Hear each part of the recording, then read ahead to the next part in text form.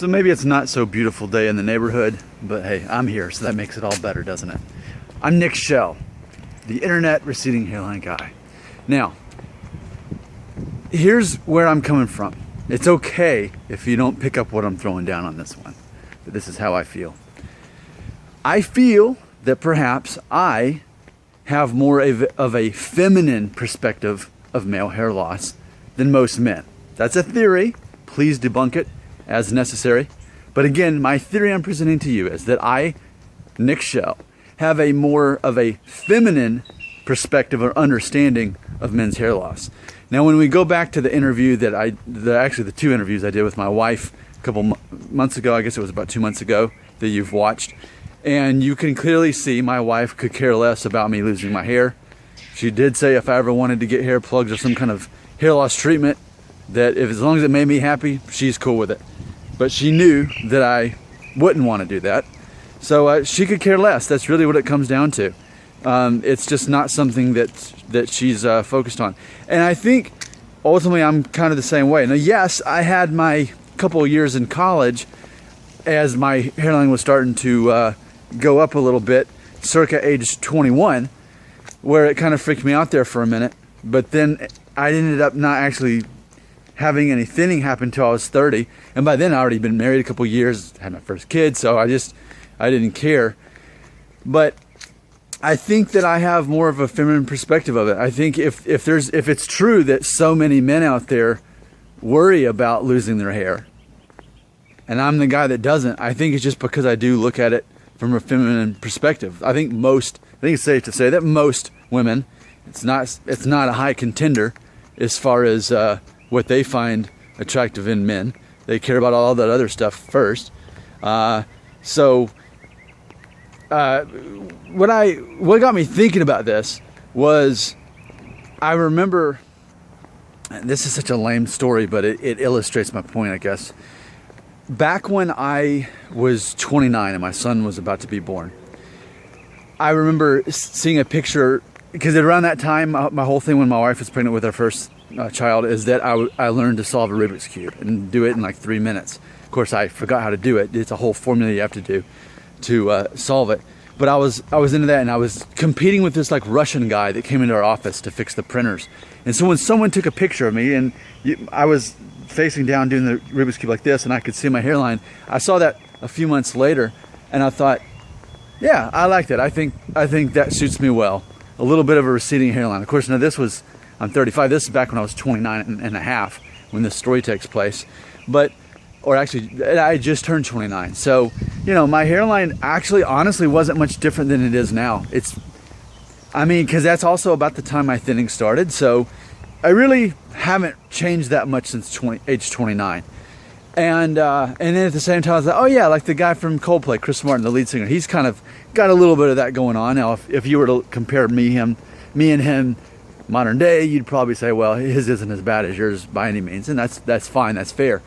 Because every time I mention a celebrity's name, then someone leaves in the comments, well, he's had work done. Okay, that's usually what happens when I mention a celebrity. I'm almost tired of mentioning male celebrities because I feel that most of the time it's not as it appears to be. Whereas with me, Nick Shell, I've already vowed to you that I will go bald in front of the camera, whether I've ever become famous or not. Now, so I think that part of me, and I've made another video talking about how I have a certain respect for men who are losing their hair, and especially those who shave it, because I envision that as my future. I naturally respect those that I identify with their way of thinking.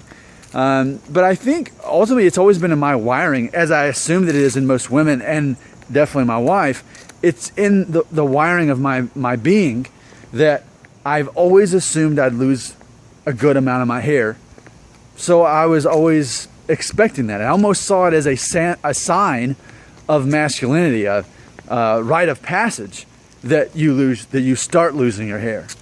Now, in my family, we don't really have anybody that's completely bald, but it's almost like part of becoming older and wiser and more mature and more respectable is that you've got a bigger forehead, a higher hairline, and maybe your hair's a little bit thinner.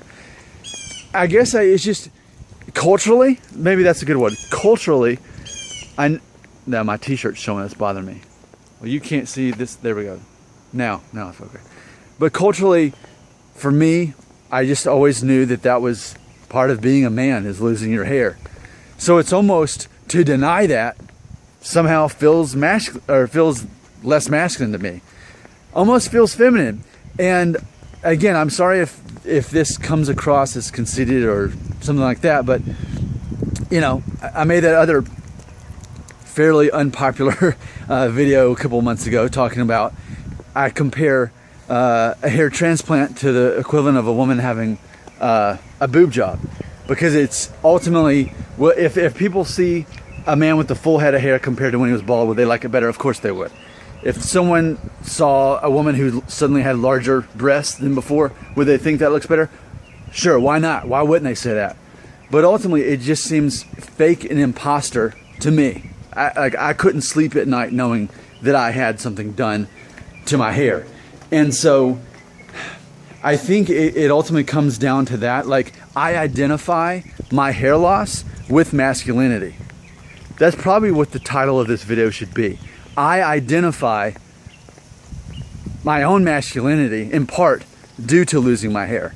Now granted, I could be like Tony Danza and be 63 and have a hairline like this, and I wouldn't mind that. But it's just, to me, that's masculinity. That's rite of passage. That's becoming a man. Granted, I guess technically you're supposed to become a man when you're 18, but that's not necessarily the case. For me, it all comes down to life experience and emotional intelligence. So the hairline goes along with that. It's just like with gray hair. I mean, I'm pretty fortunate that I don't really, you have to really look closely for it.